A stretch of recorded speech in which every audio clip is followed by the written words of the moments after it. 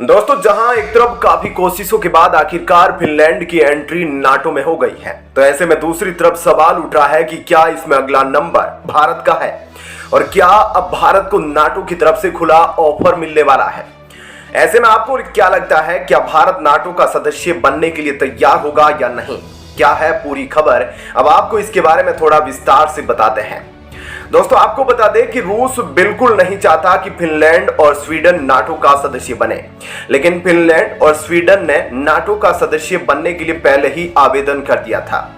उसको लेकर अब बिल्कुल भी रूस खुश नहीं था और इस दौरान तुर्की भी इन दोनों देशों के नाटो का सदस्य बनने का विरोध शुरुआत से ही कर रहा था। लेकिन अब आखिरकार तुर्की ने फिनलैंड को लेकर अपने पैर पीछे खींच लिए और कहा कि फिनलैंड अगर नाटो का सदस्य बनता है तो इसमें तुर्की को कोई परेशानी नहीं है, जिसके बाद फिनलैंड को अब नाटो का सदस्य बना दिया गया है। तो वहीं दूसरी तरफ अब कहा जा रहा है कि नाटो भारत की तरफ अपना रुख कर रहा है। भारत फिनलैंड और स्वीडन में अंतर है। भारत की पॉलिसी अब ऐसी हो गई है कि इतना आसान नहीं है भारत को बचा पाना। आपको बता दें कि करीब 4 हफ्ते पहले एक मीटिंग हुई थी और इस मीटिंग को लेकर बाद में जाकर खुलासा हुआ कि भारत और नाटो के बीच मीटिंग हुई थी।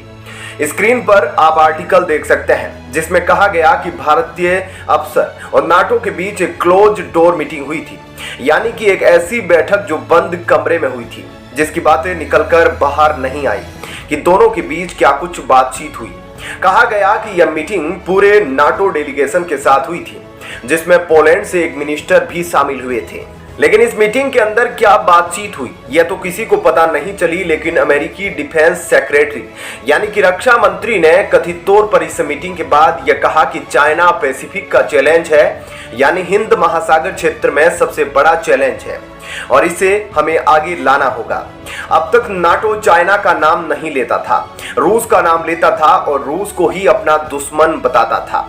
लेकिन कहा जा रहा है कि इस मीटिंग के बाद रुख में परिवर्तन आया है। आपको बता दें कि अभी खबर आई थी कि भारत की नाटो के साथ मीटिंग हुई, तो भारत के कई एक्सपर्ट ने इस बात को साफ किया था कि भारत क्यों मीटिंग नहीं कर सकता है।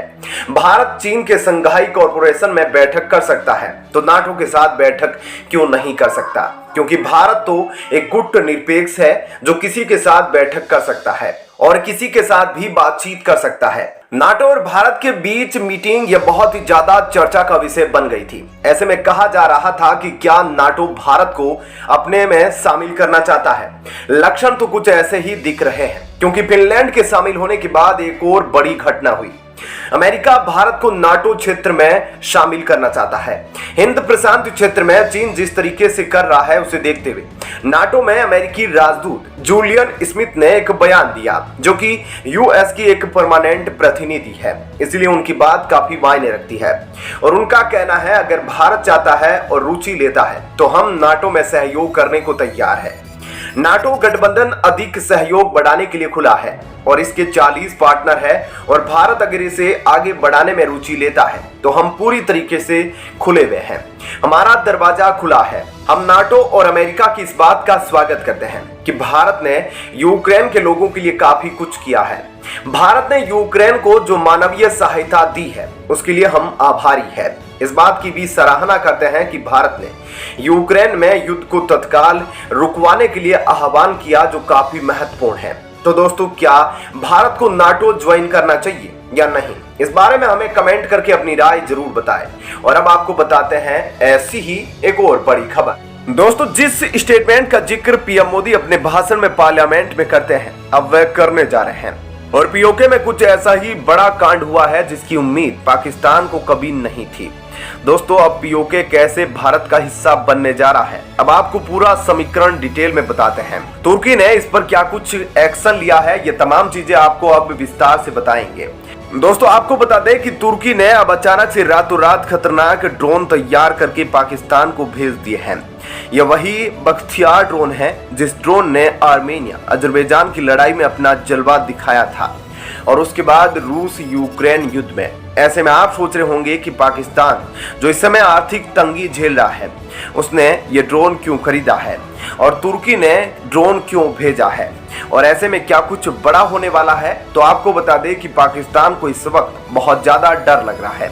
पहली बात तो यह है कि पाकिस्तान टीटीपी से परेशान है, क्योंकि पाकिस्तान पर लगातार हमले हो रहे हैं। अब आपको बता दें कि अफगानिस्तान में जो बहुत सारे हथियार अमेरिका ने छोड़े थे, कहा जा रहा है कि टीटीपी उन हथियारों पर कब्जा कर चुका है और उन्हीं हथियारों के दम पर पाकिस्तान में इन सारे आतंकियों को फैला रहा है। ऐसे में पाकिस्तान को ड्रोन चाहिए ताकि वह टीटीपी के ऊपर एयर स्ट्राइक कर सके और अपनी सुरक्षा कर सके। लेकिन ये एक सेकंड ऑप्शन है। पहला ऑप्शन इनका होगा भारत से पीओके को बचाना, क्योंकि भारत में इन दिनों पीओके को लेकर काफी बयान सामने आ रहे हैं और पूरी तरह से एक्शन भी सामने आ रहे हैं। पाकिस्तान की इस वक्त जो स्थिति है, ऐसी स्थिति अगर इस वक्त भारत की होती तो अब तक पाकिस्तान ने हमला कर दिया होता। आप सोच कर देख सकते हैं कि किसी देश में अराजकता है, पॉलिटिकल पार्टीज के बीच मतभेद है, पैसों की भयंकर कमी है और ऊपर से हर जगह विस्फोट हो रहे हैं, कई टुकड़े अलग अलग होने की मांगे कर रहे हैं। ऐसे हालात अगर भारत के होते तो अब तक पाकिस्तान ने हमले शुरू कर दिए होते, पर यह मौका सबसे अच्छा मौका है पीओके लेने का। यह बात भारत भी जानता है और पाकिस्तान भी जानता है। पर अब जो हुआ ना दोस्तों, प्रधानमंत्री शहबाज शरीफ की नींद उड़ गई है।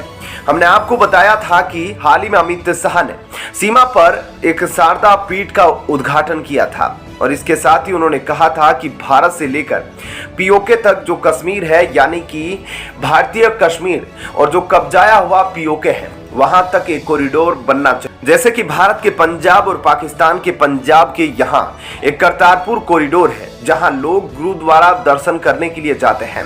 भारत से कई सिख लोग, वैसे ही कुछ अमित शाह ने कहा कि भारत से लेकर पीओके के मंदिर तक होना चाहिए, यानी शारदा पीठ तक होना चाहिए और यहाँ एक कॉरिडोर बनना चाहिए। सुनने में तो यह बात आसान लग रही होगी, लेकिन पीओके में जो विधानसभा बनाई है पाकिस्तान ने, वहां पर एक अलग ही खेल हो गया है। ऐसे लगेगा कि जैसे अमित शाह ने पीओके के संसद को ही हाईजैक कर लिया, क्योंकि पीओके के संसद में इसी तरीके का प्रस्ताव आया है कि करतारपुर कॉरिडोर की तरह यहाँ भी गलियारा बनना चाहिए। और जैसे ही यह प्रस्ताव लाया गया, वैसे ही हड़कंप मच गया पाकिस्तान के अंदर। पाकिस्तान के बड़े बड़े राजनयिक और रिटायर्ड अधिकारियों में खलबली सी है। भारत में कभी तैनात रहे पाकिस्तान के पूर्व उच्चायुक्त अब्दुल बासिर एक वीडियो लेकर आए, जिसमें उन्होंने इस प्रस्ताव को लेकर कई सारी बातें कही और उनको यह लगता है कि पीओके के लोगों को कश्मीर के बारे में कुछ भी मालूम नहीं है। ऐसे में ऐसा लग रहा है कि अमित शाह ने अपने पैर बढ़ा दिए हैं पीओके के विधानसभा की ओर और ऐसा करके उन्होंने टेंशन दे दी है पाकिस्तान को। तो दोस्तों, ऐसे में इस खबर के बारे में आपकी क्या राय है, हमें कमेंट करके जरूर बताइएगा।